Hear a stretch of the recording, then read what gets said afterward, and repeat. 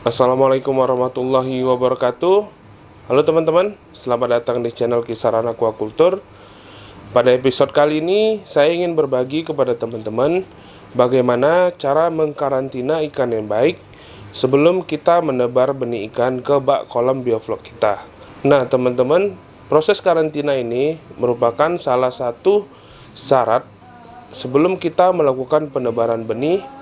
Kenapa? Karena karantina ini sangat bagus untuk mencegah penularan penyakit bawaan dari lokasi yang berbeda. Yang kedua, untuk menyegarkan ikan. Dan ketiga, untuk mengurangi tingkat kematian ikan. Dari awal teman-teman menerima benih sampai hari ke-30, menurut saya itu adalah masa krisisnya bagi ikan. Dalam masa krisis ini, teman-teman harus perhatikan baik-baik kondisi ikan teman-teman. Lalu, apakah kita bisa tanpa mengkarantina ikan? Nah, ada 4 syarat jika teman-teman tidak mau melakukan karantina, langsung ingin menebar saja. Yang pertama, benih itu harus lokal. Yang kedua, benih tidak boleh terdapat luka atau tanda parasit jamur di tubuh ikan. Yang ketiga, perjalanan benih dari hatchery ke lokasi teman-teman tidak boleh lebih dari 1 jam. Dan keempat, benih harus berasal dari hatchery yang baik. Nah, jika dari keempat ini ada salah satu yang tidak terpenuhi, maka teman-teman wajib melakukan karantina. Boleh aja teman-teman paksa kalau teman-teman itu mau tiap hari itu panen ikan mati. Nah, jadi bagaimana cara karantina yang saya lakukan? Saya akan jelaskan step by step dan jenis antibiotik apa dan obat-obatan apa saja yang saya gunakan. Nah, simak baik-baik ya teman-teman, jangan di-skip.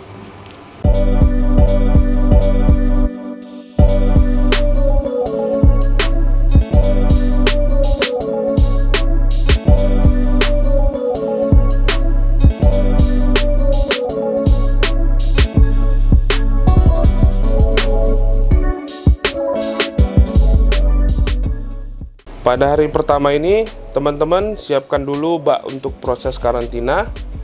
Baknya tidak usah terlalu besar, yang penting sesuaikan aja dengan jumlah ikan. Kalau bak seperti saya ini ukuran 2,8 x 2 dengan tinggi 1,2, ini bisa mengkarantina ikan dengan jumlah 5-8.000 ekor, tergantung size ya. Dan bak karantina ini tetap kita aerasi. Saya aerasi dengan Resun LP100 untuk bak karantina ini. Tapi karena jumlah ikan yang kita karantina ini cuma 1.200 ekor saya beli, jadi ketinggian air saya buat 50 cm aja. Soalnya biar menghemat penggunaan obat-obatan. Jadi pada proses karantina ini, untuk memberikan obat-obatan dan antibiotik, saya melakukan 2 metode. Yang pertama itu secara topikal dan kedua secara oral. Secara topikal saya menggunakan booster Blue Cooper dan secara oral saya menggunakan Enroflox 25. Jadi guys, untuk penggunaan Blue Cooper sebagai metode topikal itu opsional karena banyak merek lain yang juga bagus. Contohnya seperti Elbow, Acryphilapina CL, Methylene Blue atau PK. Jenis-jenis obat-obatan dan antibiotik ini pernah saya bahas di video sebelumnya. Jadi teman-teman bisa tonton video itu juga sebagai referensi teman-teman dalam memilih jenis obat-obatan. Nah, setelah ketinggian air ini sudah 50 cm, teman-teman harus hitung dengan tepat volume air ya. Karena jika salah dosis, jika menggunakan Blue Cooper ini dosisnya berlebih, ikan itu bisa mati ya teman-teman. Untuk Blue Cooper saya gunakan dosis 2 ppm. Lalu untuk osmoregulasi saya gunakan garam 100 gram per meter kubik air. Jadi Blue Cooper saya pakai 5 mili dan garam 300 gram untuk volume air 2,8 meter kubik.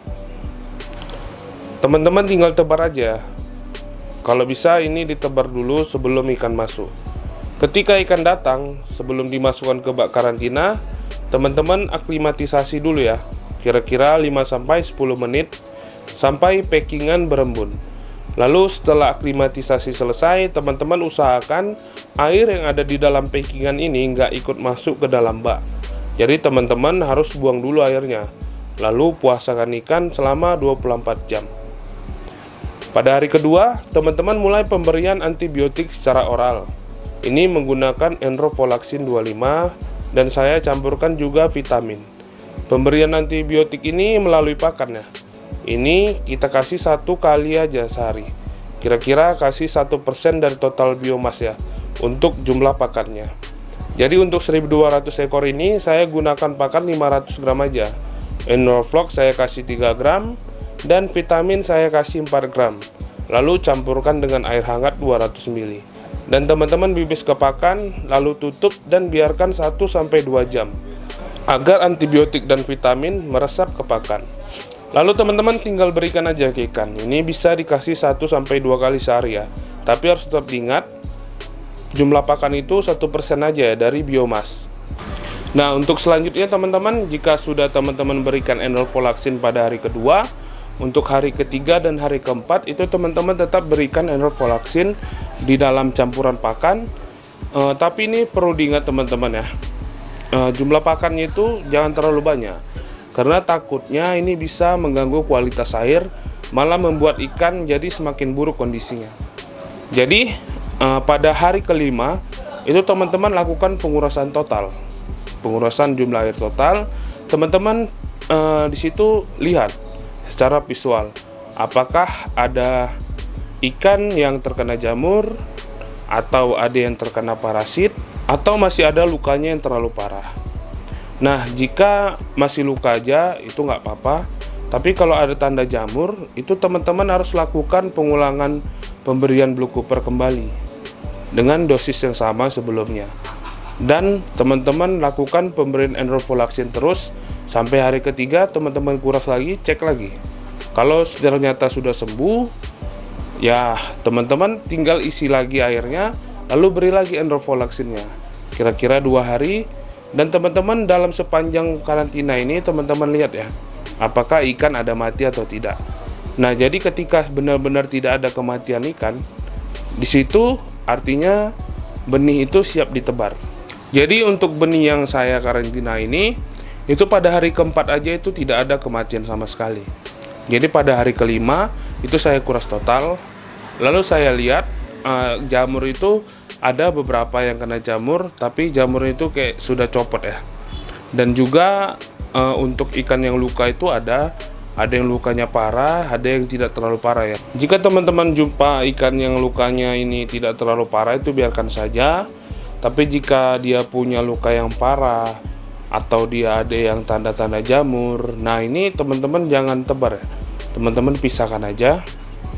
Nah, jadi pada hari kelima selesai karantina ini, itu persiapan kolam kita itu sudah lewat ya, sudah lewat hari ke-10. Jadi kira-kira ini hari ke-13 ya, saat saya persiapan kolam. Jadi airnya itu sudah lebih hijau ya, jadi menghijau dia. Padahal di hari ke-10 itu airnya ini masih coklat. Nah, itu tidak ada masalah teman-teman. Jadi yang penting ingat teman-teman, benih yang teman-teman tebar itu harus fit, tidak ada tanda jamur. Jadi benar-benar harus sehat dia ikannya, baru kita boleh menebar ikan. Itu yang paling penting. Untuk ikan-ikan yang seperti ini teman-teman, sebaiknya teman-teman ambil, teman-teman bisa buang atau teman-teman bisa karantina ulang. Jadi terserah teman-teman ya mau bagaimana. Dan pada hari ini juga itu saya melakukan sortir ya untuk kolam sebelah.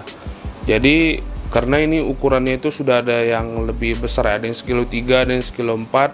Gurame juga ada banyak yang mau saya sortir. Jadi supaya ini ya teman-teman, mengurangi kepadatan ikan juga. Soalnya kemarin itu saya itu nebarnya itu saya gabung ya, ikan baru sama ikan lama.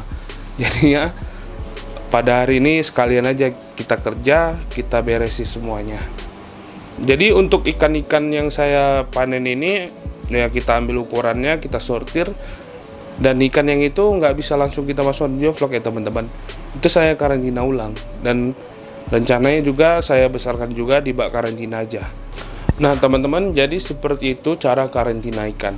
Lalu bagaimana jika teman-teman tidak punya bak karantina? Nah, teman-teman gak usah bingung. Teman-teman bisa melakukan karantina di bak pembesaran. Yang penting dia itu ketika teman-teman sudah selesai karantina mau aplikasi Bioflok, teman-teman harus buang airnya 100%. Untuk dosis penggunaan antibiotik, garam, Blue Cooper itu semuanya sama aja.